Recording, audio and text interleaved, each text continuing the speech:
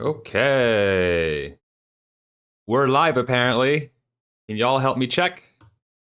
Drop some comments if you can, just to verify that you can hear me, that you can see me, that I'm on your screen talking to you right now.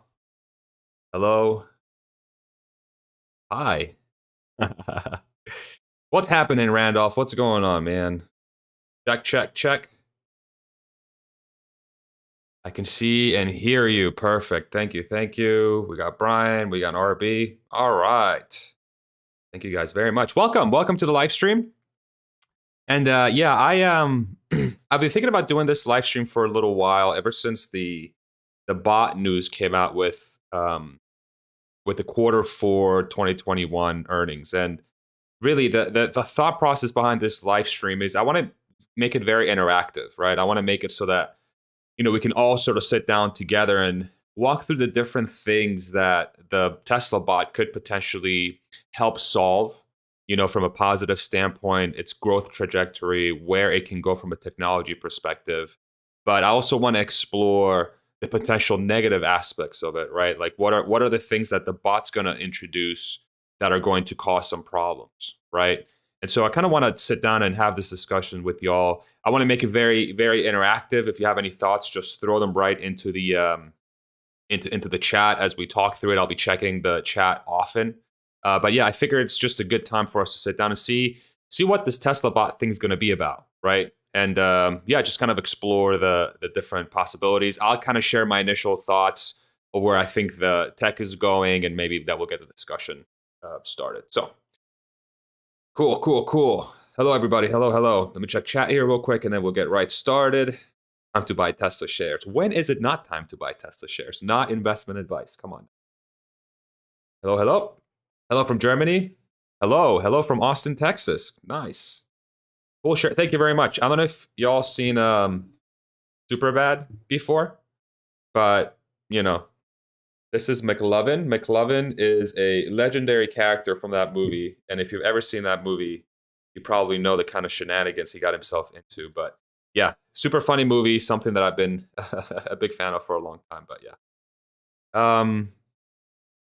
you can press Austin video and electrify, churning out castings every 15 seconds. That's going to be cool to see. So that'd be good to see, to kind of walk through.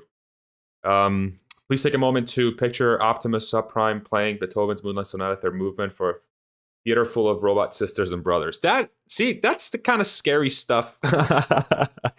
That's where I get a little scared, because where are humans in this situation, right? Where are humans part of that future? Is it just are we all going to be at the mercy of the robot overlords? And is that a good thing or a bad thing? That's the kind of stuff I want to explore. West, that's a good show. We started watching it, but we never got to season 3. I think they're at season 3 today, right now. A lot of people keep saying full self-driving can be ported to the Tesla bot. Can you elaborate on this? I understand real-world navigation, but what about arm movement language? Yeah, so I think this is sort of where, I guess we can use that to start the conversation.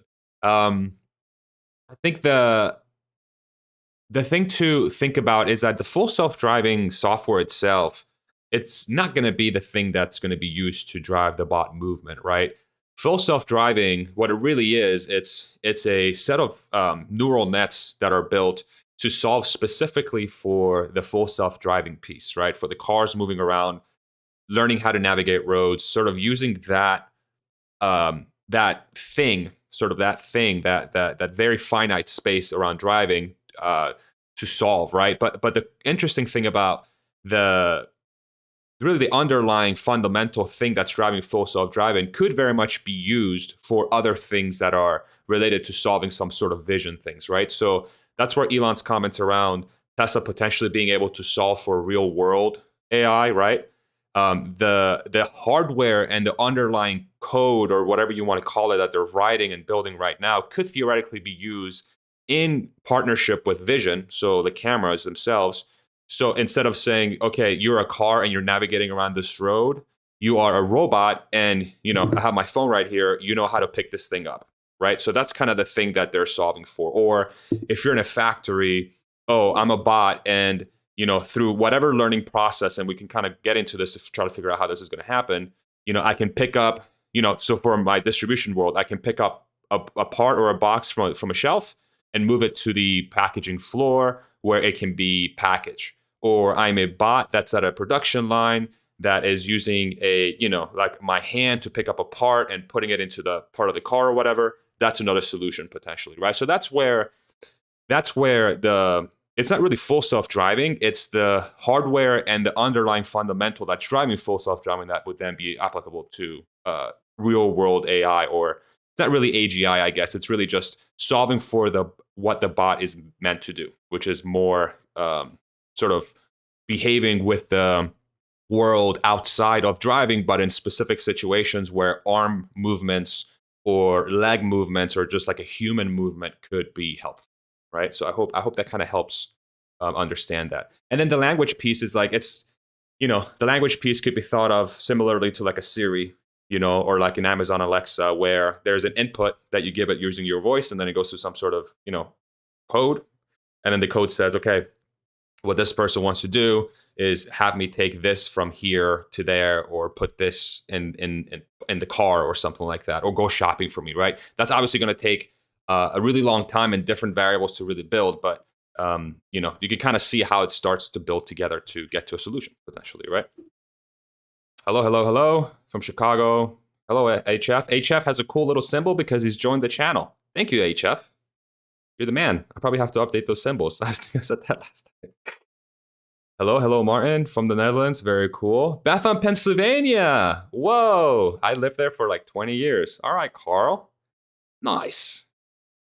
Next factor would be for bots to build a more affordable car. Yeah, so that's a possible thing for the bot as well, right? Where, and that's what's interesting about the comments that Elon made, right? It's like we are not really thinking about the $25,000 car at the moment. I didn't take that as they're not going to build it, right? I took that as they're going to. They're putting it on pause because they're having some supply chain issues around their existing cars, and making a $25,000 car right now doesn't make any sense because you already have a huge backlog for the existing cars, and introducing a brand new supply chain is just going to make the whole thing even more difficult. So why the hell do that when you can literally sell every single car you build? But what's interesting is that if the bot's taking precedent in front of the $25,000 car, and I don't know if that's the case or not, but Elon's wording was it's the most important project Tesla's working on today. You could sort of see a potential situation where if Tesla is able to have some beta bots that are out there to sort of solve for some of the manufacturing challenges that exist today with building a car and making it cheaper and safer, then theoretically the bot could be used for the $25,000 car. But I don't know what that timeline looks like, right? And I think this conversation will help us sort of understand exactly what that timeline could look like. So I hope that that sort of gives a little bit of context. But these are just my thoughts, right? Please don't take anything I say as gospel. I'm thinking out loud, just like a lot of you are as well, right? Just thinking out loud. This is sort of the point of the discussion, is just to have a discussion. Let's talk about what the good things are, what the bad things are about the bot. So, hello, England. Thanks, T. I see your comments a lot, man. Thank you for following the channel for so long. I really appreciate you. Awesome. Oh, thank you. That's very kind. Thank you, Oleg. That's really sweet. Tesla Model 3 vlog, Tesla bot could take a while to become a real product. Dave has done good video about it. Yeah, I've actually been following his it seemed like Dave went on this hardcore like video creation output as soon as the Q4 earnings came out. Like you could tell he was very excited about the long-term implications of the bot. I think taking a while, I'm curious to see what that context means, right? So is that 10 years? Is that 5 years? Is that 3 years, right? The one point that Dave made was that, and I commented on his chat on one of his videos he did lately, but his point is, the initial ramp of the bot's going to take a while because of how new the technology is and how pervasive human labor is. But then once it becomes a no-brainer, then it's going to just completely explode, right? It's just going to displace essentially labor or enhance it in some way, right? I've been still trying to flesh this out, but I feel like that starting point of the S curve, so like the build-up phase of the bot, could potentially be much quicker than we all think, and that's sort of where I'm excited to see. I'm excited to see what the long-term implications are, but at the same time, if it happens faster than we think it will, there could be a lot of negative connotations that are applied to that, right? Yeah, so that's something that I'm very interested to talk about with you all. It's sort of that timeline, you know. Let me Oh, Cindy Moon, $2. Thank you very much for the super chat. Really appreciate that. That's awesome. Thank you so much. Clapscope, thank you so much for the $4.99 super chat. Super appreciate it. Elon isn't shy about including entertainment features into his products, i.e. the fart button. Could you see Tesla including sex features into the bot? Jeez. Yikes. Boy, that's a scary thought. So I don't know if the first iterations of the bot, I'm trying to answer this like as I'm trying to get my juvenile side of myself out of it so I don't like just turn this into a jokey question because it's a legitimate question, right? I think long term, there's probably a market for, sort of like a companion bot, right? There is a lot of, especially now with the advent of like a lot of social media and the way it seems like people are becoming more and more isolated as we sort of move into the future, right? And folks that are isolated from the things that I've seen myself and the things I've tried to research and whatever, it seems like these folks still want some sort of intimacy, right? They still want a relationship of some sort. And I've watched a lot of, if you guys haven't watched Lex Friedman has a ridiculously good YouTube channel and podcast where he really talks about the I think one of the things he's really trying to do is like build a bot an AI that can be your companion, that can love, right? Which, and I guess pleasure you in some way as well. I don't know if that sort of niche, I guess, of the robotics market is something Tesla's going to get into, because I think Tesla's missions are a lot more fundamental to the advancement of humans, right? So, but that's not to say that they couldn't have some sort of jokey features. Well, maybe they'll make a little like a hand gesture or something. I don't know, but I don't see that being a long term thing that Tesla's going to get into. I think Tesla's going to be super focused on like what are the fundamental things we're trying to solve for humanity, and how can automation, AI, and robots help us get there, right? So I hope that answered your question in some way, but it's a really, they'll probably do some jokey stuff for sure. Like, so, but I don't know how much of the like sex features are going to be, and I don't know if I way overcomplicated the answer to your question, but there's a very interesting connotation to that, right? So, boy, you guys, I'm getting so many chats. You guys are awesome. This is going to be it's going to be fun to kind of go through and see what we can talk about here. Bots will have to prove themselves to shut down the skeptics. Boston Robotics tech might be the easy part. Yeah, I agree. I think a lot of the population is going to be like, I'll believe it when I see it, right? And I know like Boston Dynamics are like, the videos that we see are always very impressive, but like we don't really see them in real world scenarios where they're solving actual human problems, right? So I think once the Tesla bot is legitimately used for those scenarios, so for example, when they start using them internally at the factories to help them build cars, and they have like a whole video, which it's going to happen once that happens, and they have those bots moving around the factories and stuff, they're going to do a whole montage where you're going to see the bot picking up a thing and putting it into the car, and it's going to be really, really cool, well made. I think at that point, people are going to be like, holy crap, okay, it's going to happen. But I think there is a bigger implication to that, because then the negative connotation of that, in my opinion, is going to be now AI and automation and replacement of labor is going to have a face. Whereas like for the last few years, this whole automation thing, like automating jobs and all that stuff has become sort of this black box. Is it really happening? Is it not really happening? What's interesting about the Tesla bot is that now has a face. Like that face of automation is the Tesla bot. In my opinion, I think it's going to become very visible that the Tesla bot's going to be the thing that's going to really dominate the headlines around, our jobs are being taken away, right? I want to talk more about that at some point, but I think, yeah, it's going to be interesting. Yeah, I think the bots will have eyes, as cameras for sure. I agree with that, Cindy. RB, thank you so much for the super chat. Really appreciate you, man. $4.99. Really appreciate it.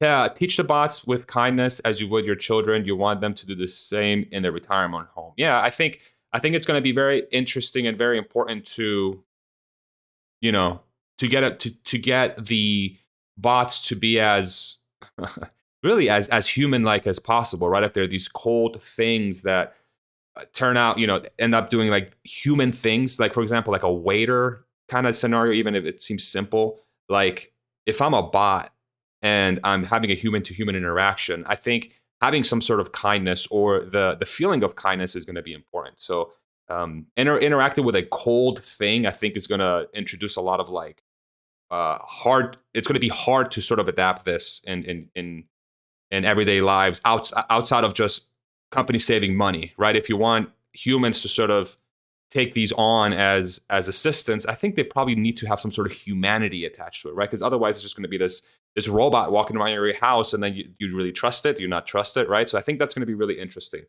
That dynamic is very interesting to sort of explore, because I have no freaking idea what it's going to happen, but it's going to be interesting to see what happens. Cliff, thank you so much for the $5 super chat. Super kind. Are bots going to be able to kept in a cage like a dog park or walk among us? Yeah, so I think that's the interesting thing about that is, what poses a safety issue, right? Is the bot actually going to be, do we need to keep it chained up against something in case it turns, right?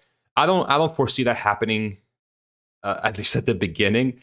But it's really interesting to talk about, because it's like, what are the long-term implications for a Tesla bot, where it could potentially be strong enough or capable enough that there is a non-zero chance of the bot being harmful in some way, right? I don't know. I think there's probably ways to get around that and sort of make sure it's not caged up. And then if you think about like the vision of having a bot caged up, right, what it's charging or whatever, I think that sends the wrong message, because it's like, hey, this thing could be dangerous. That's, and I know a lot of dogs, like one of our dogs that we always keep in a kennel, because he just likes being enclosed, right? He likes being enclosed. But usually when you're thinking about something caged up, you have the negative connotation that, hey, this thing could come and bite your face off or something, right? And I'm not saying people that keep their dogs in kennels, that's why they do it, but there's a certain connotation to being caged up, right? So I think there's a lot in there. That's a very interesting question, and there's a lot in there to explore. So thank you for that question. Very interesting stuff. Very, very interesting stuff. Okay. Do you think the Amica robot is legit? Seems like she can hold a conversation. Amica robot. Why have I not heard of this? Should we do some research? Let's do some research. Amica oh yeah, this chick. This chick, as if she's like an object. Like a person. Should we watch this video real quick, y'all? Just kind of see what, in case nobody has seen it. This video is brought to you by Morning Brew. Ooh, I don't know if that's loud. Is that loud? Cold fusion. No. Is this like lifelike movement? I think there was a thing. Wasn't there a video of her like talking or whatever? Hey, look, it's my face. What's up? And me, Kevin. Oh my goodness. Sometimes he does such funny stuff. Here, I'm standing next I think this was the video. Very high band interaction. Yeah. So the reason for making a robot that looks like a person is to interact with people. So yeah, so like, see how crazy that is? Interaction. So the reason for making a robot that looks like very human-like, and I think that's one of the things people were. One of you who commented was like, very high bandwidth communication how can it sort of have that sort of that's why we've built these humanity aspect to it, right? A lot of people working on AI. I don't know how many of you guys have watched this, but of new apps that are using we'll play it for y'all. Vision systems, segmentation, face recognition, speech recognition, voice synthesis. But what you don't see is the hardware to run all that software on. So what we're trying to provide is a platform for AI. It's really been sort of 15 years in gestation. Yeah. So that's kind of like a little bit of a into the robot. It's all Karsten, thank you so much for the super chat. Really appreciate you, man. £5. Thank you so much. The total number of actuators for the whole bot was given as 40 in the first presentation, only 6 per arm and 6 per hand. Isn't that way too little? Yeah, I don't know. I think, I think the more actuators you have, the more range of movement you have. But I think the question becomes, how many actuators do you really need to solve for a majority of the things that the bot is being built to solve, right? So if you're thinking about like the Tesla bot, for example, what's going to be its core sort of necessary movements for it to solve the things it's designed to solve? And if it's solving boring, repetitive, dangerous jobs, right? Then the question becomes, okay, how many actuators do I need to solve for those? Okay, so I don't know if it's 40 or 20 or whatever, but I think the more actuators you have, the more costs you're gonna have in the bot. But really, the question becomes, okay, so if you're gonna end up saving a ton of money anyway from an economic standpoint, if you have this bot, then is there really a limit to how many actuators you can put in this thing, and should you just solve for all the actuators? So that's going to be very interesting to sort of walk through.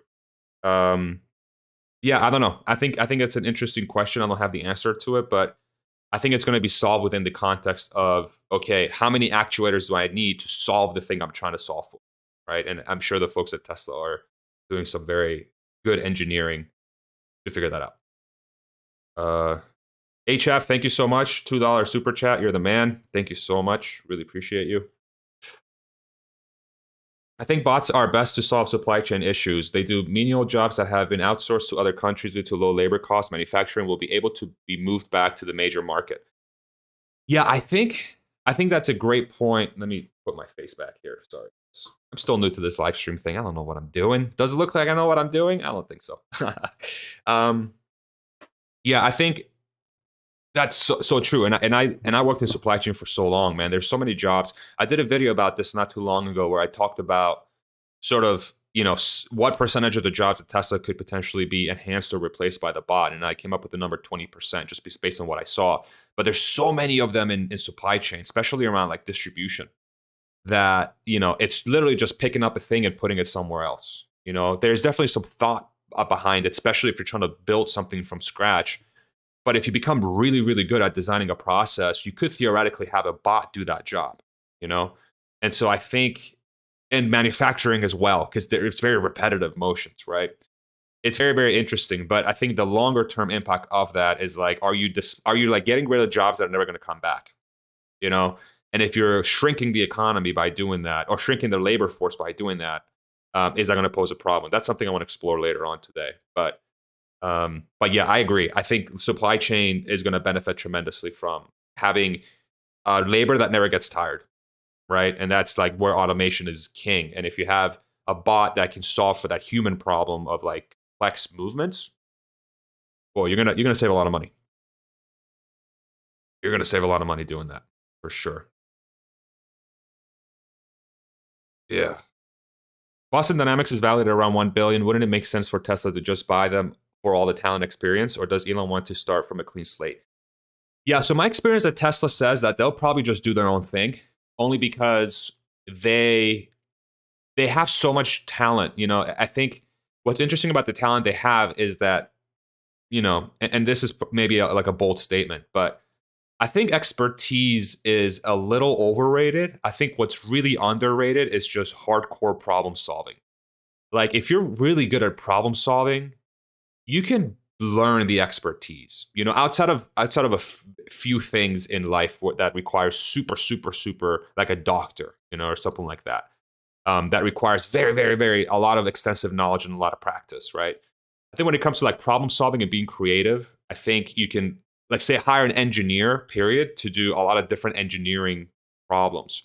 And even though electrical or mechanical or things might be sort of specialized, a lot of these skill sets are shared, and that's one thing that I saw at Tesla is like you would have folks that were civil engineers or, or electrical engineers or mechanical engineers that were working on different type of engineering, I think that's interesting.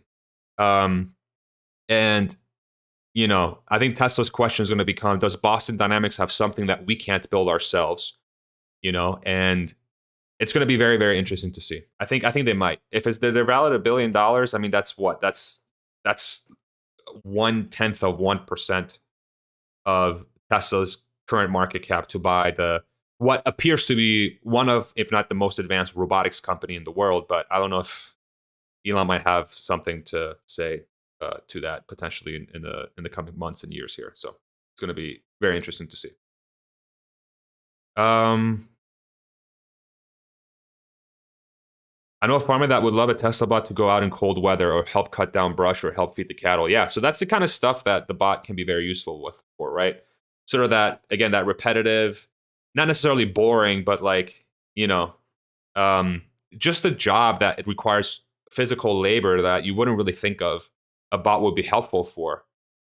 You know, if you have a bot that can just go out there, like right now in Austin, you know, it's like freaking 20 degrees, which is crazy. I moved from Pennsylvania to Texas to escape this freaking cold. We got this freaking cold front. It's ice outside. Ugh. Ew. I say that having lived in, you know, 0-degree weather in the winters, but once you get used to the heat, it's hard to go back. Yeah, it's 20 degrees. You know, weather like that, and if you're somebody who's needs to go out there and do the work, you can, instead of like paying folks or trying to find folks that are willing to do that labor, you can just get a bot and it just goes out there and does it by itself, right? You don't even have to tell it what to do. It just goes out there and does it right the first time. It's going to be very interesting. Would all the Tesla bots necessarily need legs? Couldn't they be stationary or assembly lines? Yeah, I think for sure, HF, but if, you know, from a mass production standpoint, I think if you start building complexity around some of these bots will have this and some of these bots won't have this, it makes the scaling, the long-term scaling and the long-term sort of build out of these products a little bit more complex, because then what you have to start doing is you have to start inventorying parts that are for subsets of what you're building, right? So whereas if every single bot is the same and the legs are oftentimes useful, but sometimes they're not, that's okay, because the cost that you would build in holding extra inventory for that one-off, you know, for that subset that you're trying to build, or the additional processes you have to build to account for that thing could slow down your processes in the end. And it's just better to do one thing for everybody. And then if it works for you, great. And then if you don't need that feature, then fine, whatever. It helps with manufacturing a lot. It helps you really crank out a lot of parts, a lot of things that you need by removing simplification. That's one of the main reasons why Tesla was so huge at, you know, earlier on. If you remember, when you bought a Model S, you could pick and choose like a traditional luxury automaker. You know, you could say, I want this trim, I want this thing, I want this, you know, the spoiler, blah, blah, blah. Now Tesla's like, just, do you want this Model S or you want this Model S? Like, that's it, right? That simplifies the line and it makes it so that it's much, much easier to sort of drive that, right? So, yeah. I hope that answers your question. Tom, geez, man, $50 super chat? My goodness, thank you. I don't deserve that. Thank you. Thank you so much, man. I really appreciate you, Tom. That's so sweet. Thank you so much. First saw your channel when you interviewed Steven. So far, very impressed. Next time you chat with Steven, please mention we'd love to interview Steven about Elon's political tweets. If he's not up for it, would you be interested? Yeah, I think didn't he just release one today? I think I commented on it actually. Yeah, either today or last night he released something about sort of how Biden is sort of snubbing Elon and Tesla and all these other things. Yeah, I think for me, what I'm trying to do is I'm trying to be very like I'm trying to look at it very fairly, but I can't help but feel like, especially having worked at the company, like how come GM and Ford are getting props and we're not? You know, like that's messed up. Like I'm an American citizen. How come I'm not getting props for driving the EV future? But whatever. You know, yeah, I think maybe at some point I'd be more comfortable talking about it. I think because it's so divisive, you know what I'm saying? And I'm trying, one thing I'm trying to do is bring people together. But it seems like the Tesla community is kind of like sort of, a lot of them seem to be on board with the fact that the snubs that we're getting from the government is like weird. But anyway, thank you, Tom. I hope that answers your question. Maybe at some point I'll talk to Steven about it if he's interested to do it. And then, yeah, I'll hit him up. Thank you, Tom. That's super kind, man. That's, you're the bomb. Thank you. Great chat, by the way, so far. I really appreciate you guys. You guys are asking some killer questions. You guys are awesome. Hey, Farzad, do you think full self-driving would require AGI to make sense? of its environment in general and how to navigate it naturally. I think it would expedite the progress of autonomy, but maybe hard to do. Yeah, so I'm not an, when I talk about like the bot stuff, I want to make sure I'm super clear. Like I'm not an expert at AGI. I'm not an expert at AI. Even. I'm not an expert with anything bot related, period, right? All I'm trying to do is I'm trying to figure out what are the long-term potentials based on what I've seen internally in the company from a culture standpoint, and sort of me following different things that are happening around automation and things like that. So I don't want you guys to take what I say as gospel, because I am far from that. I'm just a person who's trying to figure this stuff out, right? And I think it's fun to just sit down with people that are like-minded and are trying to also figure stuff out for fun, right? So I just want to make sure I say that up front, and I appreciate you guys sort of understanding that. But I don't know. Like I think what's the term AGI. What's interesting about like artificial general intelligence? It says like, okay, so AGI says that you're like a human, right? You have general intelligence. You can be put in a situation and you can kind of figure out what to do based on that situation. So like a human learning how to drive through, their parents or their friends taking them out to a parking lot and doing stupid stuff on the car, to going to the road, to getting a permit, to getting a license, right? But we can also build tables. We can also solve math problems. We can also go shopping, right? This is sort of what AGI, and somebody correct me if I'm wrong when I'm talking about this, is sort of what it is implying, is that there is a general intelligence, right? So one would think that if, I don't know. I really don't know. I think maybe FSD is a lot more specialized, and it makes more sense to like do it as a specialized solution without the need of AGI, because perhaps, like say perfect driving is 1 million, right? Like if you're a perfect driver, you're at 1 million scale, right? Humans are probably like at 100 or 150 or maybe even 200, right? Because there's still so many accidents that happen every day.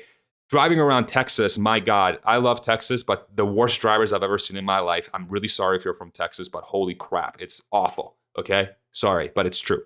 From my opinion, I see near misses every single day I leave my house. Like every like 20 minutes, I'm like, that was almost an accident. That was almost an accident, right?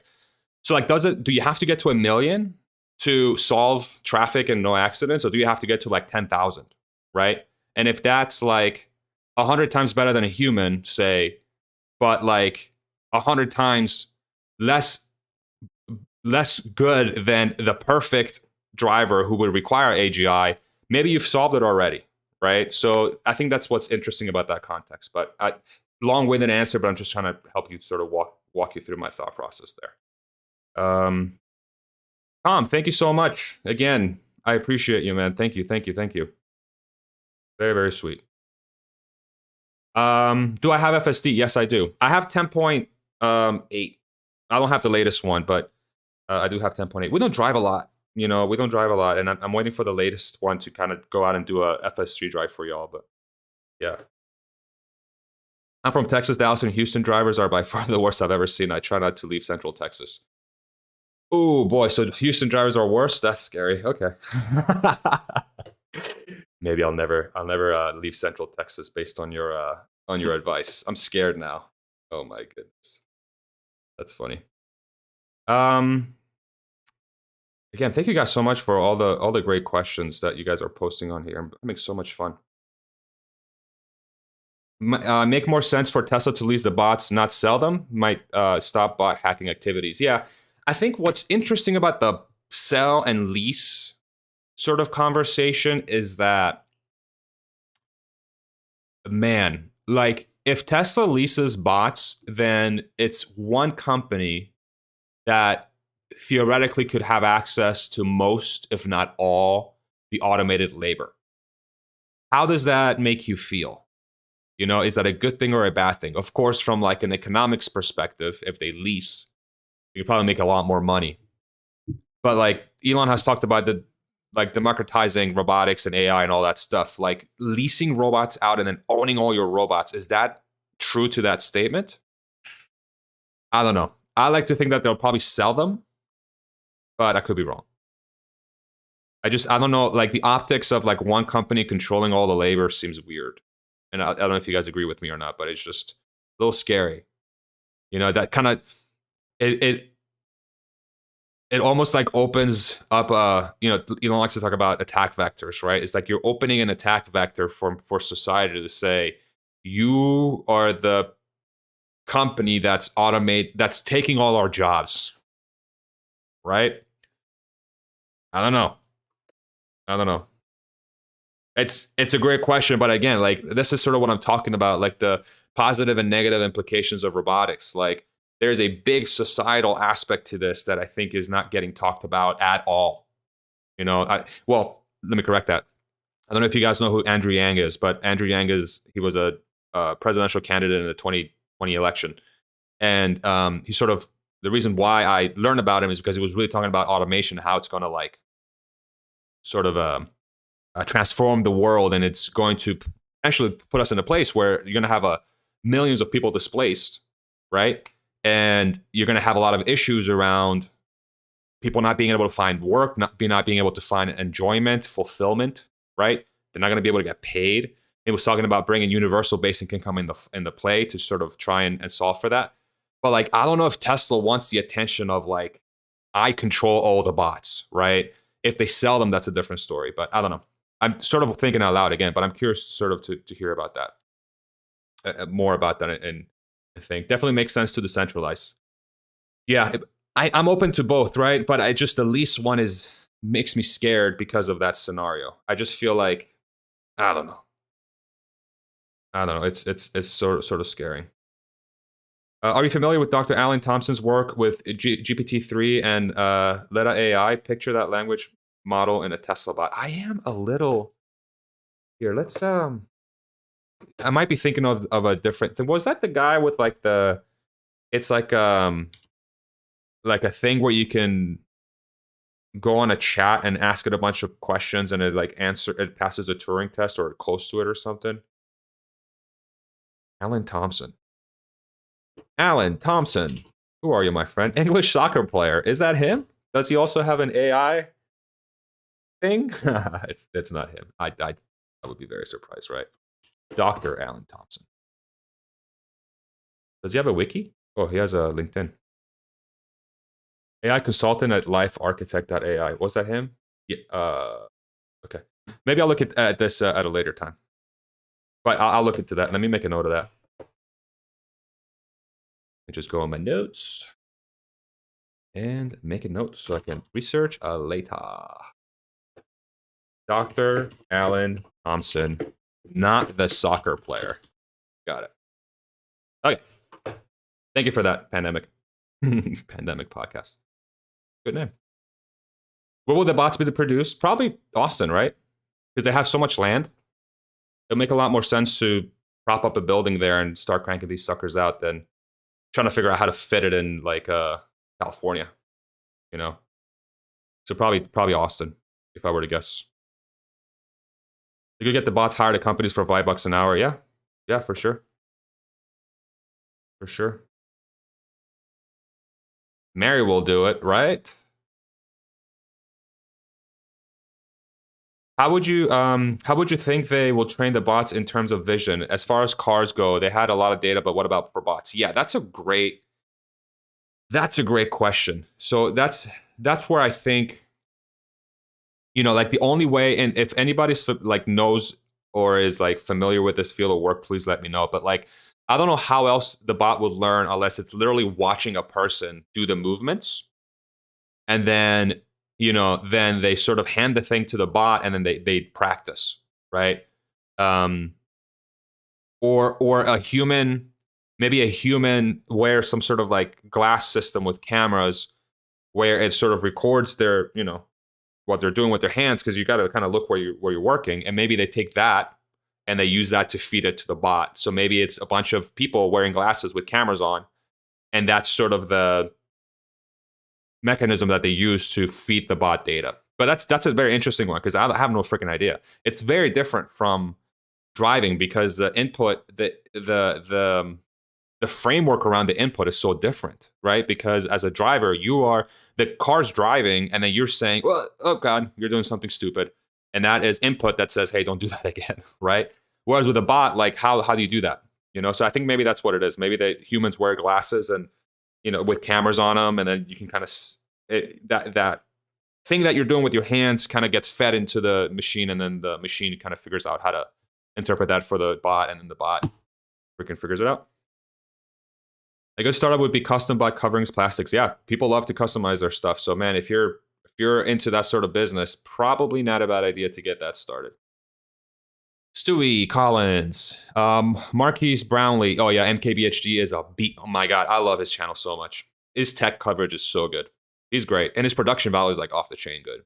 I had a video with some seemingly valid critiques about the Tesla bot. Have you seen this vid? He was doubtful of the humanoid design being real. I think I saw, was it right after the bot was announced at AI Day? If that's the case, let me know. But no, I don't think, if I did see it, it's been a long time and I don't remember what the context is, but I'll make a note to go check it out. PhD bot. What's on your shirt? It's McLovin, man. McLovin. You know McLovin? It's from Superbad. I was talking about it at the beginning of the stream, but he's a legend. Currently in Tesla, we need you here. LOL, we can't get parts. Ivan. That's so funny. There's so much talent there, man. You guys got this. You guys can get it. Thank you, Ivan. You guys are killing it, man. You guys are so freaking good. Like the weirdest thing about the workforce at Tesla is that they're both some of the smartest and nicest people I've ever met. It's like this crazy combination of like kind and smart. And it's some of the best friends I've ever made are in Tesla. So Ivan, you got this, bro. Get after it. You got it, bro. Yeah, Andrew Yang's great. I really do like him. Like his politics aside, I disagree with some of the things he says, but he knows how to think about problems, in my opinion. So thank you, Michael. If you had your option to send out your car as a robotaxi, would you do it? Yeah, I would.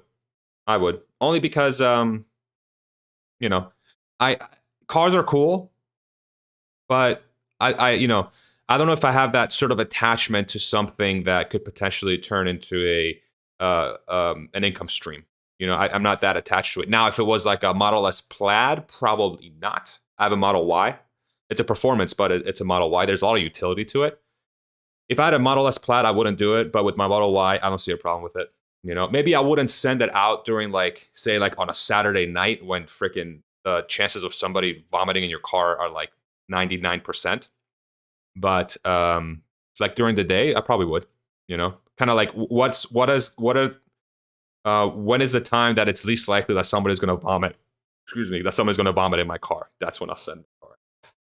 Thank you. McLovin's getting a lot of love. McLovin, man. McLovin is a beast. What do you know about McLovin?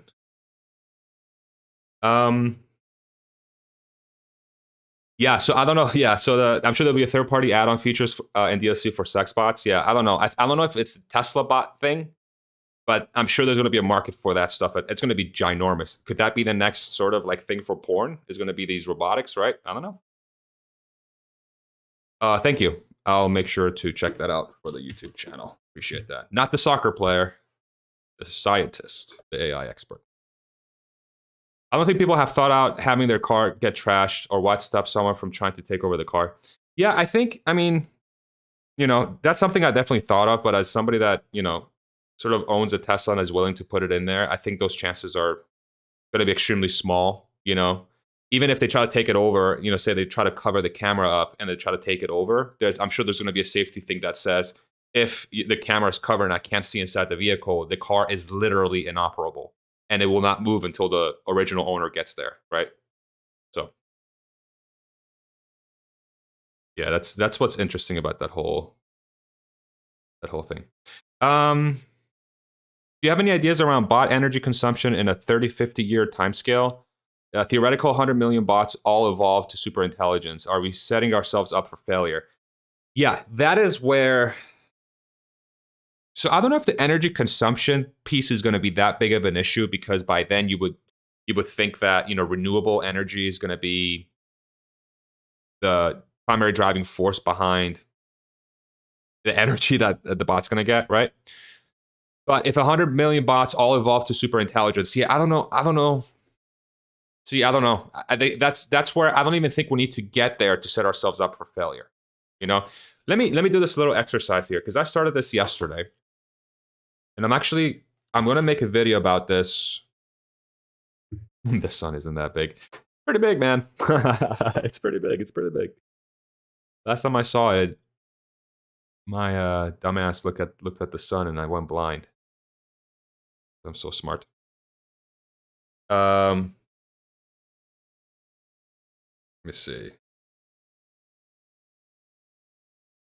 Where are we at? Okay. No offense, but I think you're out of your depth. Yeah, so this is a conversation, right? Like I said, I didn't claim to be an expert with this stuff. I'm just here to have a conversation, and so if that does not something you want to take part of, that's completely fine. No problem at all. I'm not going to stop you from being with somebody else. Okay. I don't think people will take bots seriously until Tesla walks out an Optimus subprime bot and it walks and does tasks in real life. Then watch out, bad and good conversations will ensue. I agree. I think that's where sort of the thing that I talked about before, where, you know, once they have the bots at the factory floor and they start doing some stuff in the factory, I think that's where it's going to be really, really exciting, right? And Tesla's going to take advantage of that situation and create some marketing material around it. So it's going to be very, very interesting. But I agree with you 100%, Buck. I think it's going to be crazy. Anyway, let me show you this thing. Thank you, Jasem. This shirt's very popular today.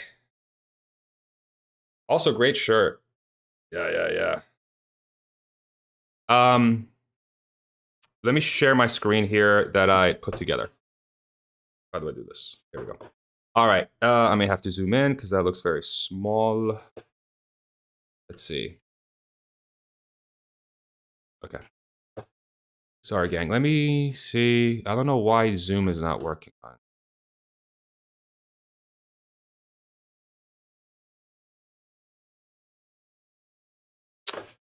All right, 1 second, gang. I don't know why this is not. Okay, there we go. Sometimes Windows just doesn't like to work the way it's supposed to work. All right, so I put together this chart. I started looking at, okay, so what are the jobs that the bot could potentially replace, right? And so this is based on, and this is sort of a video that I want to put together for tomorrow, where I'm trying to figure out, okay, so like, let's talk about where the bots could potentially go in and say either enhance or replace a specific job, right?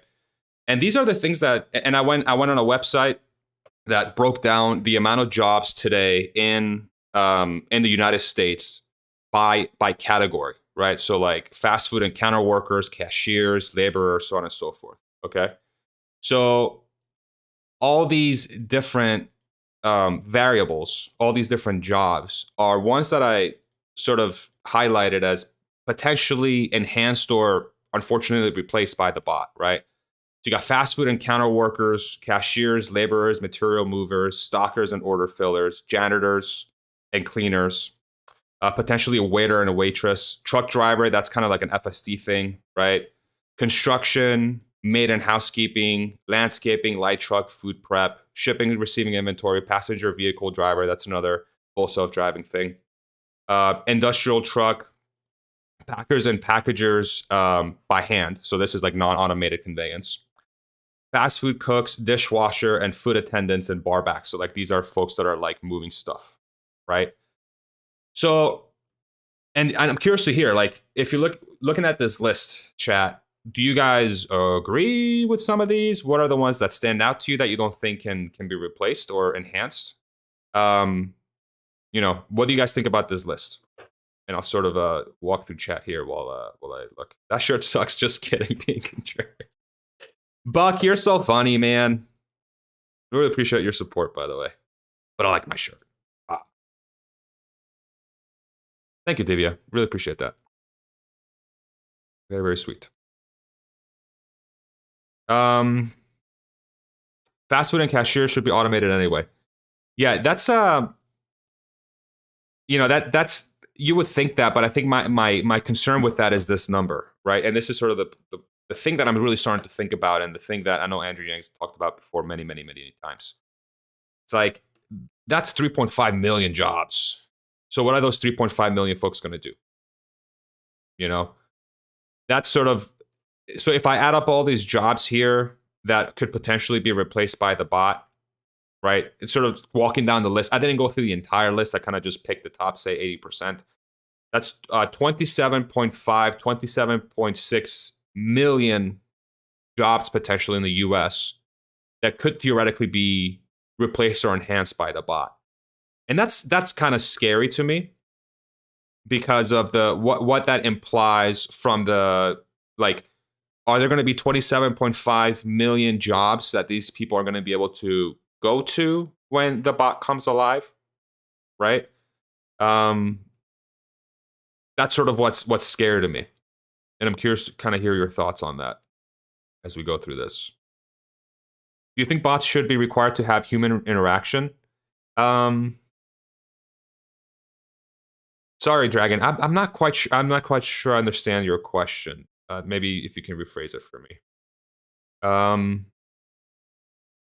Yeah. So truck driver, right? So that's kind of like, that bucket would be really full self-driving, right? So this is sort of like a mix of full self-driving / bot list, but 100% that would just be driven by themselves.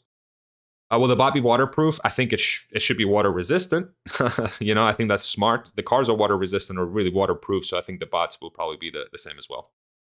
I would assume you wouldn't want to steal a Tesla bot, just like you don't want to steal a Tesla because they're tracked by GPS. Exactly, right? So that's one of the reasons why there's a lot of trackable things in the car that are going to be, it's like not a good idea, right? Because of all the tech that sort of follows the car. Yeah, it's a great question, but I'm sure they'll make it waterproof or water resistant to a thing. I think I agree. I think made might be a little farther down the line. Yeah, I think that one is interesting because it does require, it's sort of complex because every home's different, right? But is that 10 years? Is that 15 years? Right? Is that 20 years? At some point, you would think it will be solved, right? But the timeline of it might be further down the road, but it's probably going to be solved. Dog walker, that's where the money flows at, right? That's another one. There's a lot of kids that, make a lot, they don't make a lot of money, but they make a decent amount of money during the summer when they dog walk, right? So could the bot do that? Are the dogs going to be like freaked out if they see a bot walking them, I hope bots will replace Congress members, probably get more done. I don't disagree. Be great to see the bot change a diaper. Yeah, right? That would be that's a complex thing. If you really think about it, changing a diaper, it's like, there's a lot of stuff you got to avoid. You got to be really careful. I'm curious. And you're also handling a very, like a very precious, very sensitive thing, right? Very fragile thing in a child. So curious to see if that would, if anybody would trust the bot to let, if anybody would trust a bot to change a diaper of their child, that's going to be a very interesting thing. Missing taxi and delivery for FSD. What? So passenger vehicle driver. I think there was another one on here. Maybe industrial truck. Yeah, there might be still a subset in here that's probably doesn't have that number, but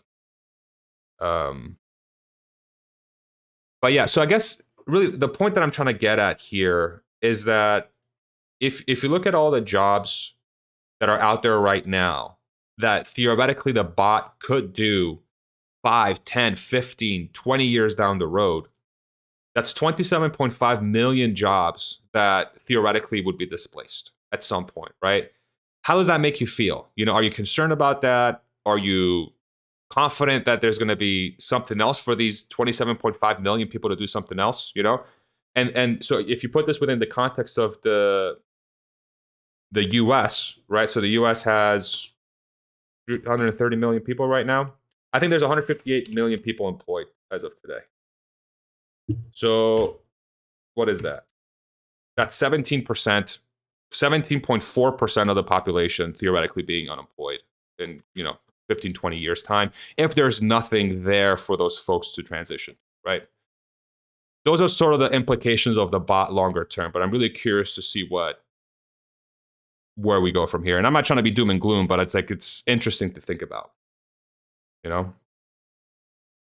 very interesting to think about. Pick up and move things, huge business case.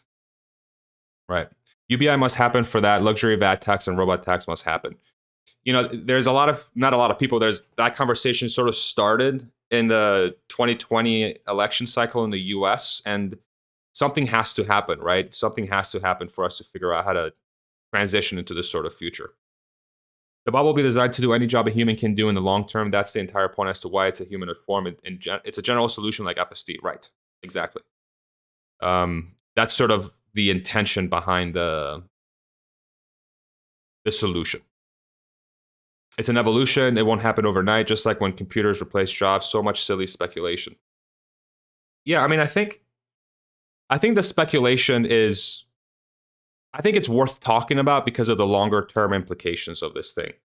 The one thing that I'm worried about with AI and software, and James Dama on Dave Lee's channel made this point. It's like folks will say, or could say AI is going to take a while to get somewhere, right? Sort of like the Go thing, the AI Go thing. A lot of the experts were super, like it's going to be 10 years from now until they can beat a Go master. It's going to be 10 years from now, it can beat a Go master. And then literally like a day after that statement was made, it beat a Go master, right? So my concern is that with software, changes happen way faster than we think. And it's not here until it's here. And once it's here, are we going to be prepared for the downstream effects of it being here, right? So I don't know if it's, I don't quite agree that it's going to be sort of an evolution. I think it's going to appear like it's not going to happen, and then it's going to happen, and then it's going to completely transform everything, right? So that's my opinion, and you're free to disagree with that, obviously. So would you let a bot cut your hair? Not the first one, to be completely honest. But there's going to be a subset of jobs that are going to be definitely more personable, right? You're going to want some sort of human interaction. So could hairdresser be one of those? How do you think the world will take the news of the Tesla bots having the ability to do many human tasks? All those sci-fi movies have given people these ideas that they're dangerous. Yeah, so that's a great question, and I think that's where sort of Tesla is going to have to kind of manage. They're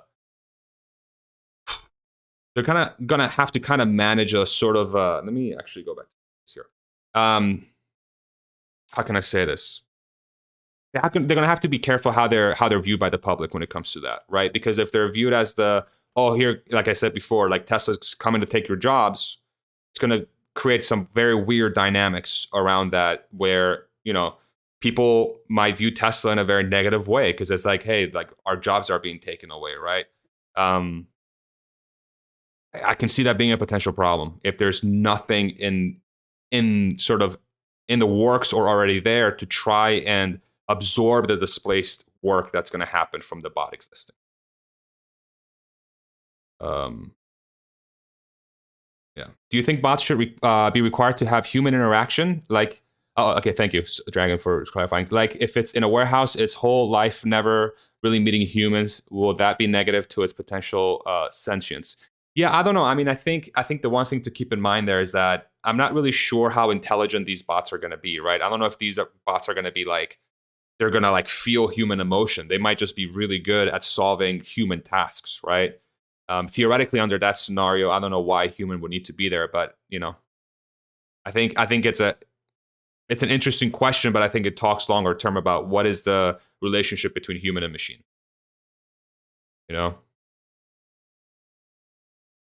Everyone out of work into YouTube podcasts. We're going to get a lot of podcasts.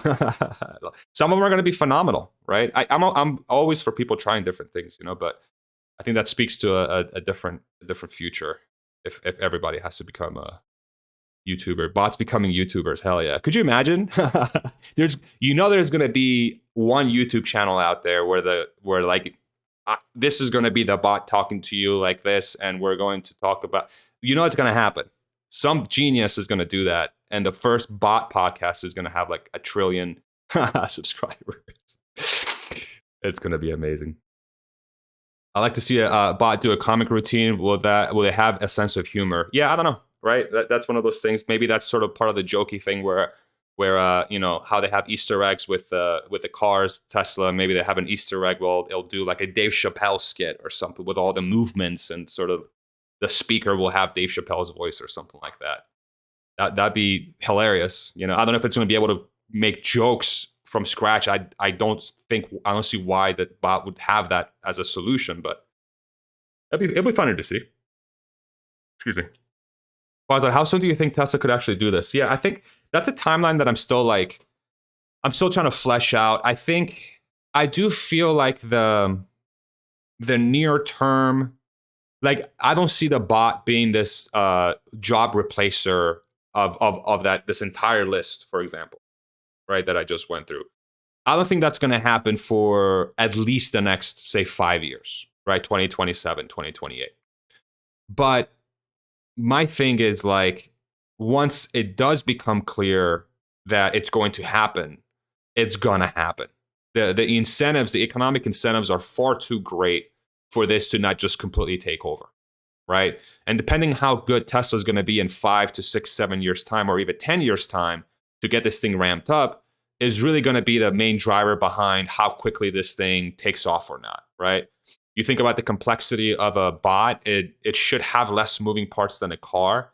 And with Tesla being sort of this self-proclaimed manufacturing expert, right? And a robotics expert and an AI expert, it probably stands to reason, and they have experience in ramping stuff up and scaling stuff, right? They have that, they've proven that. The scary part is going to be once it becomes obvious that the bot is going to do those things, and Tesla's extremely good at making them. What does that mean to the wider job market, right? So I think timeline is not necessarily the biggest question. I think the question needs to be what's going to happen to society when it happens, because it's going to happen, right? But if my guess says they'll probably have some trials in the next couple years internally. They'll be able to do some useful stuff at Tesla probably by 2025, 2026. And then after that, who knows? Who knows what's going to happen after that? So it's interesting to talk about, right? It's going to be very interesting to talk about and figure out where this is going to go. Let me scroll down a little bit here. What color will the bots be and will people get offended? I don't know. I mean, I think maybe they're customizable, but that's an interesting societal question, right? Right. Really interesting. We think from human perspective and information gathering processing, consider possibilities without human limits methods. Right. Exactly. That's where the bot's true potential is going to come in. It's like, what does that, don't put a limitation on the humans. Like, don't think of a bot as a human, think of a bot as a bot, right? Like, remove sort of the implications where humans have to be constrained by what could you do from a labor perspective. That's a great way of putting it.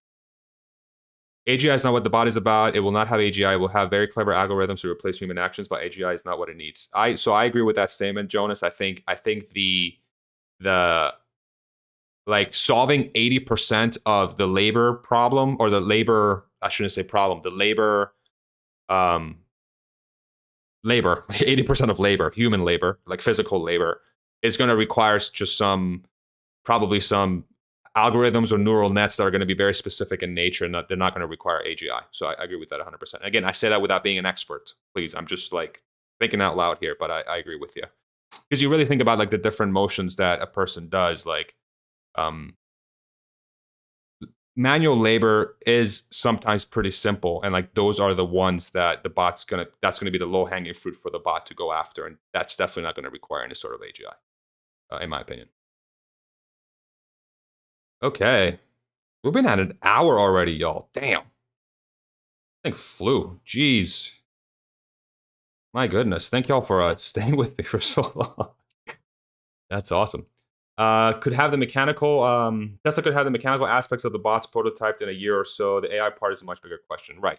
You know, that's 100% true. That's 100% true.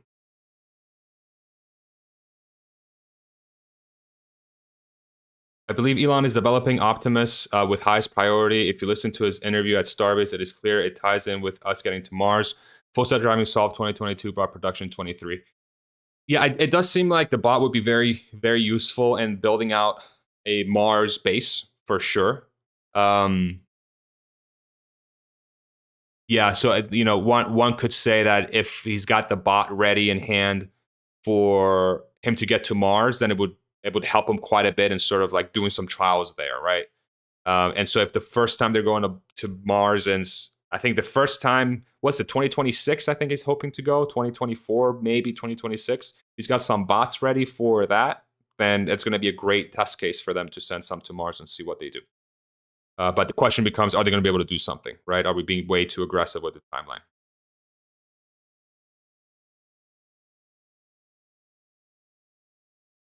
I could see bots being used to assemble Mars-based habitats in advance of humans. That would be a great use case for it. If it's able to do that, why not? Right? That would be sick. If you had $250,000 to invest and a 10-year time horizon, would you invest it all in Tesla or real estate in Austin?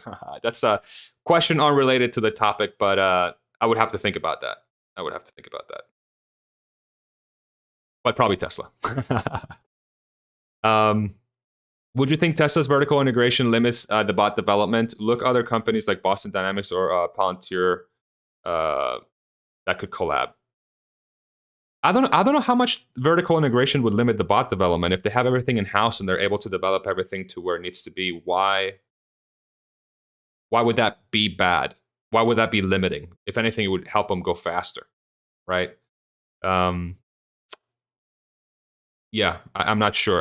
There. The only argument you can make is like, hey, if Tesla can never get to the solution that they need internally through the vertical integration, and then Boston Dynamics and PLTR have that solution, then yeah, it could make sense for them to collab. But what kind of solution would they have that Tesla wouldn't be able to build? Right? I think that's where the question comes in, to see if it makes sense to partner with a different company. Thank you, Gino. Appreciate that discussion. This is a discussion, right? It's a discussion of people that are excited about this product and excited about its future implications to get together and figure out what the hell is going to happen, right? This is such a new technology, and there's so many great resources on YouTube and online where you can kind of get a lot of expert opinions, right? Which is super, super, super helpful. And this discussion between all of us, just excited about the future implications, and maybe not as excited about the future implications, for us to sit down and have that discussion. So that's why I put this together, and I really appreciate you all being part of it. Super fun. Hey everyone. Hey Rich. What's up? How's it going? Cool. So let's just say like 10-15 more minutes here. Let's just do some Q&A. If you guys want to drop some questions or some comments, I'll go ahead and sort of sift through them and read them. But I think we've covered quite a bit already. There's just so much more to cover, man.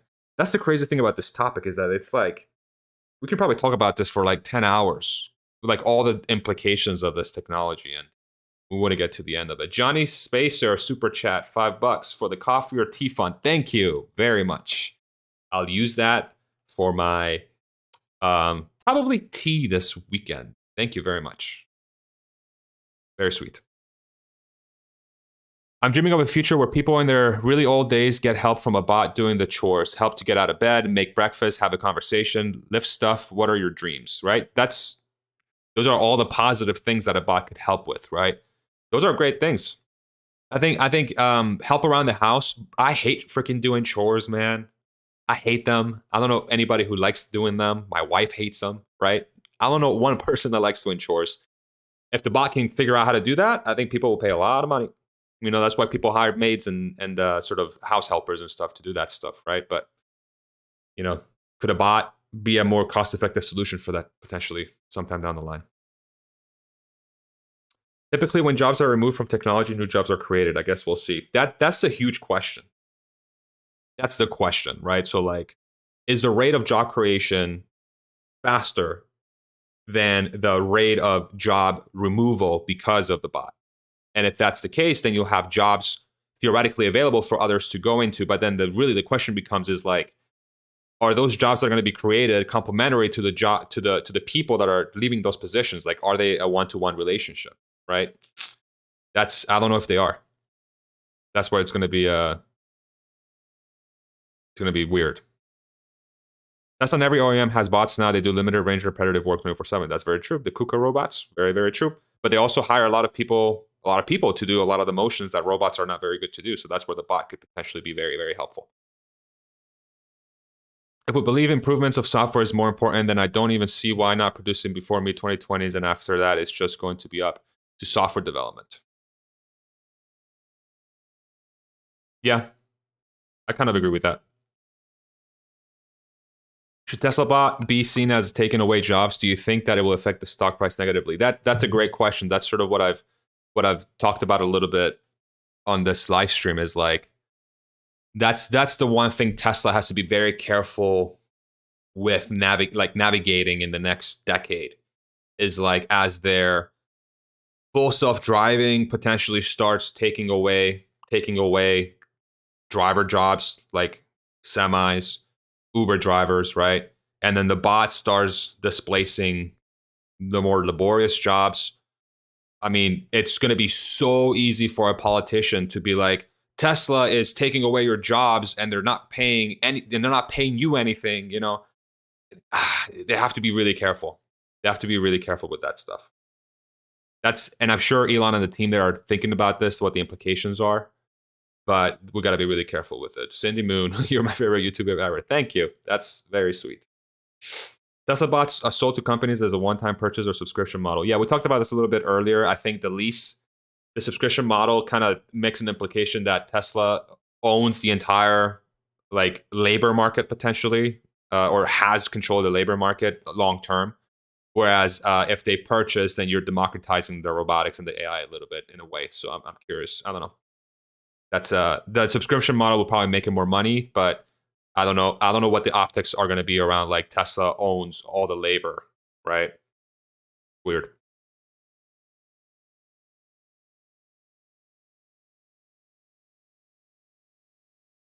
It could lead to utopia, enjoy life, be creative for all. Sure, it could, but I think that the big question there is like how do we get there? Like, what does the transition look like? You know, because it's going to be messy. Is utopia even a thing that humans can achieve? Right? Like, how do we think about that? In order to get to utopia, you have to transition to utopia, right? What does that transition look like? I don't know the answer, but that'd be great if that's the case. Like, if a utopia does exist, where all of us sort of have everything at any time and never have to worry about doing anything, and we can just focus on our passions. That's great, but what does that? People have different passions, right? So does that work in a utopia? I don't know. But the Tesla bot, if it works, theoretically, is the foundation, is one of the pieces to get there. Because it removes the need for labor, human labor, theoretically, in some situations, right? And advent of AI and other things could potentially also get us there, right? So again, not an expert, just kind of thinking out loud, but that's the stuff I'm thinking about lately and trying to learn more about. Could I own a bot and lease it out for work? I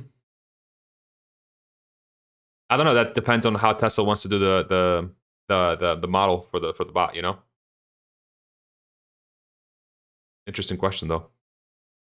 Utopia, in my opinion, is impossible. Yeah, I don't know if it's possible or impossible. I'm trying to figure out, like, is utopia a good thing or a bad thing? Yeah. Late to the live stream, has taxing robotic labor for UBI come up yet? We talked about it briefly, Juan. From time to time, there was a chart that I put up, which I'll share real quick, that kind of outlines the different jobs that the bot could do and how many jobs are attached to those, and like what's going to happen to the potentially, I don't know if you can see that. There you go. 27.5 million jobs that theoretically, potentially could be done by the bot at some point in time.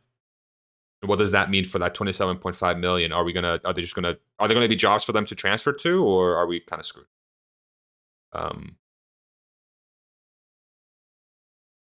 Yeah. How do we prevent a dystopian future where there are no jobs and the income gap increases with the ultra wealthy owning all the bot labor? Great question, Marco. Like that is one of the things that we have to really sit down and figure out how to transition into, right?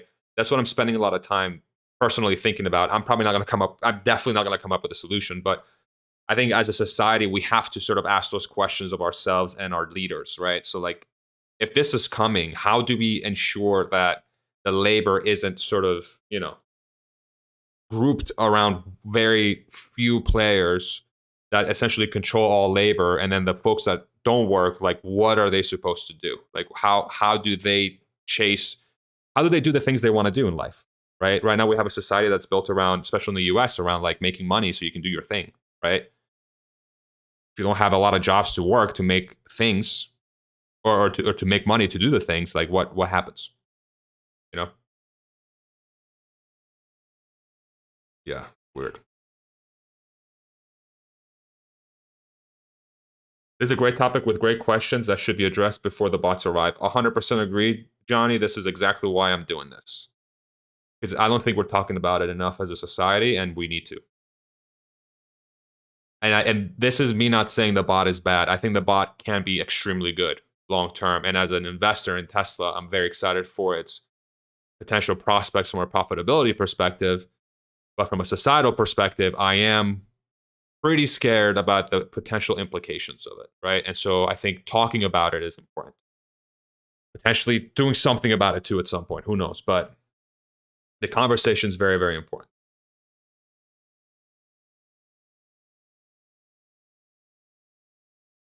Will the Tesla bot be able to replace creative labor? And in this case, I'm referring to engineers and scientists. I don't think a Tesla bot could replace someone like Andrej Karpathy. Yeah, there's going to be, especially earlier on, specialized labor, especially like cognitive labor, like an engineer is a lot of like thinking and stuff like that. I don't see how a bot would ever replace that. I think that's probably more long-term, just like an AI type deal, but it's complex and it takes a lot of creativity. Excuse me.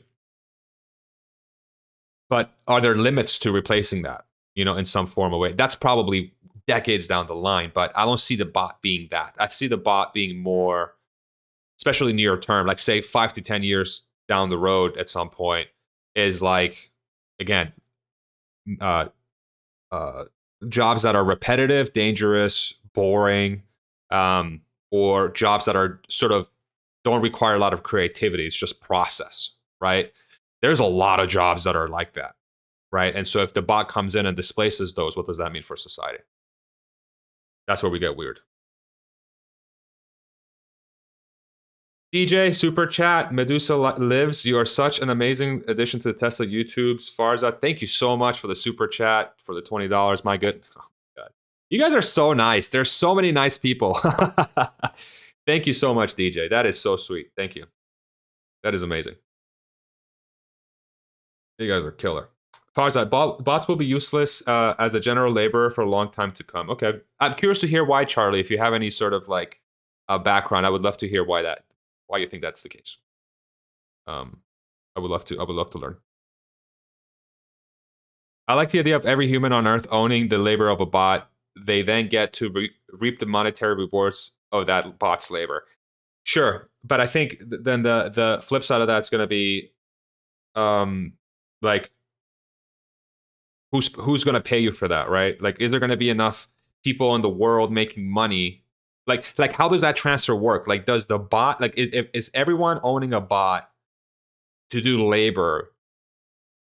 Like, does that exist in a world where you also transfer some sort of monetary value between you, the bot haver, and the person that's requiring the labor for the bot? And if everybody already has a bot, why would they need to?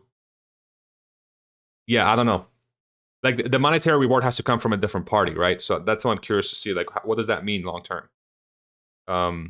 If everybody has bots and everything's automated, why do we need money? And is that good? Or am I thinking about this stupidly? Please tell me. Are my pants currently on fire? No. They are red and black. Pajama pants, actually. I'm very comfortable in these things.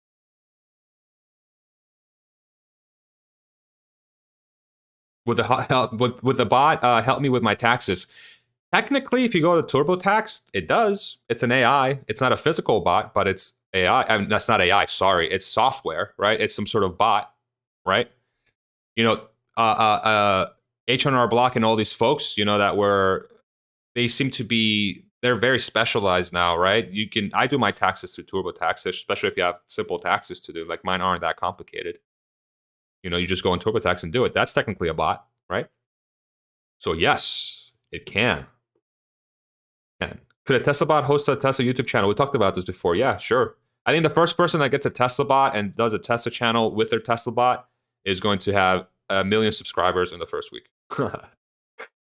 And that's a good investment, huh? Potentially.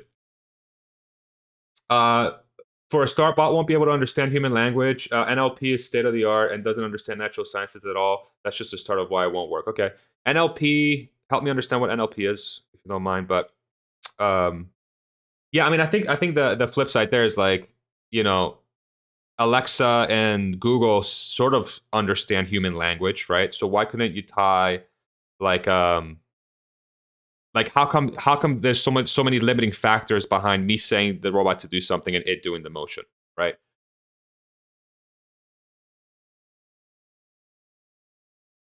Got it. Appreciate that.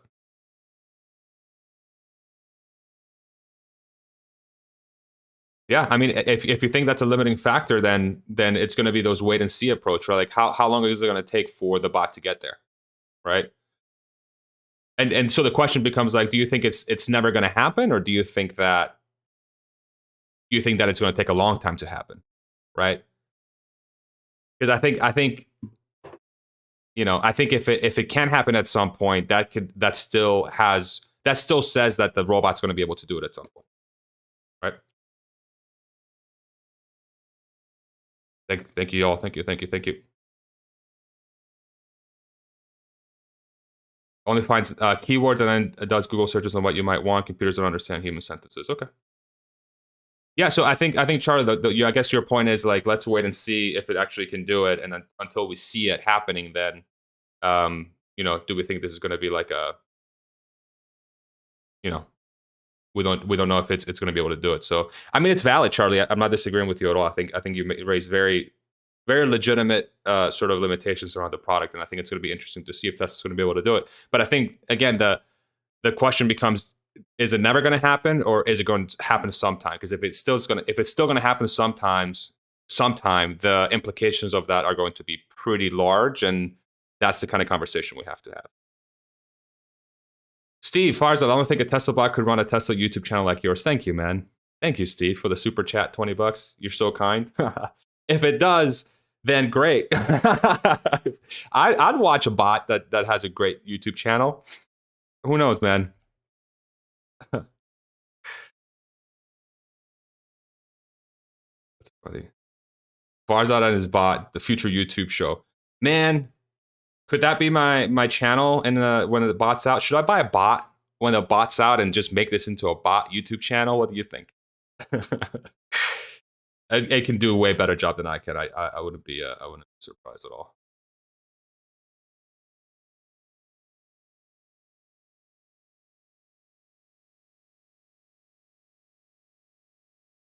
By the way, Far, this is Feltrain S from Twitter. Hey, Feltrain, what's going on, man? I think Tesla has built the ML infrastructure feedback loops needed to really accelerate the bot's progress. ML, machine learning, I'm assuming, right? So, yeah, I think that's kind of sort of where I'm coming from as well. Again, not being an expert, but Tesla, having worked there, what Tesla's extremely good at is like setting up a foundation for the things they're going to be working on in the future. I've seen this in many different examples, and so I would think that what they're building around with the FSD, the expertise they're getting from FSD is going to really help them accelerate the bots, whatever it needs to do, right? So I agree. But again, we'll have to see, and we'll have to wait and see if that's going to be the case.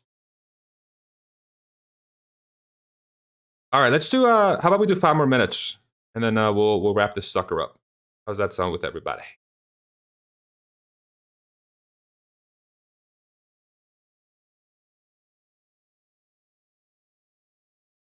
During the winter months, my AP is rarely available, but you think robotaxis are coming. That's a legitimate concern, right?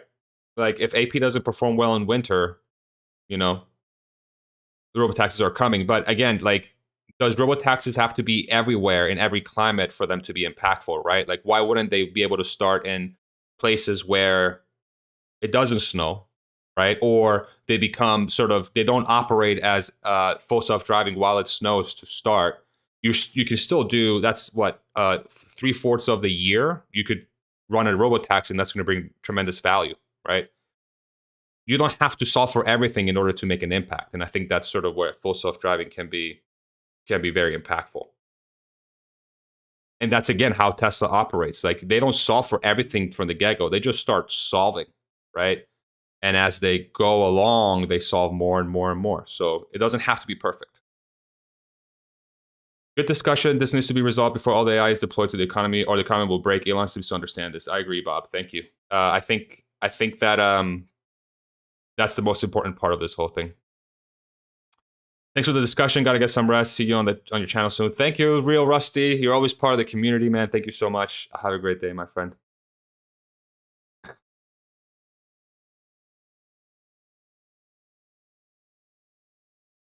Can you make a video on how Tesla fires people or what the process is like? Yes, I mean, it's not that different from any other, company, except to say that they have very high standards of excellence, and they hold you accountable. Where maybe other companies don't do. Maybe they play a little bit more politics and sort of favoritism. I didn't see that at Tesla. They were just all about, like, are you bringing value or not? And decisions were made based on that. It's like how every company should operate, basically. What would your X-Men superpower be? Oh man. I'm not a huge X-Men person, but I do like Wolverine a lot, so I'm gonna say the cool freaking blades out of my that's the first thing that came to mind. I don't know if that's a good answer or not. Seems pretty badass. I like to be, I like to defend myself if I have to fight a freaking enemy or something with, like, my hands. Do you think there's a realistic timeline for bot to come to market given Tesla's pace of innovation? Just got to chat. Sorry if this has been asked. No problem, Matthew. Yeah, again, I think the Tesla's innovation is really, I saw that firsthand. Their pace to really innovate and move fast is like, not really a secret weapon, but it's really the driver behind why they're able to do what they can. And why wouldn't that apply to the bot or full self-driving, right? I think just because Tesla and Elon have misguidance on, like, say, something like full self-driving, it doesn't mean that their pace of innovation is somehow slowing down or not valid. There's so many other things that they've done as a company that has come to fruition way faster than other people thought. Profitability for the company, the ramp of the cars, Model Y production was a huge one, right? There's a lot of different things that they are doing, and something like software, as soon as you solve it, it's there, it's done, right? So, yeah, I think really that the timeline's hard to understand, but if Tesla's really, really focusing on it, I'm confident that they'll solve it. I'm very confident that they'll be able to solve it. That's my opinion.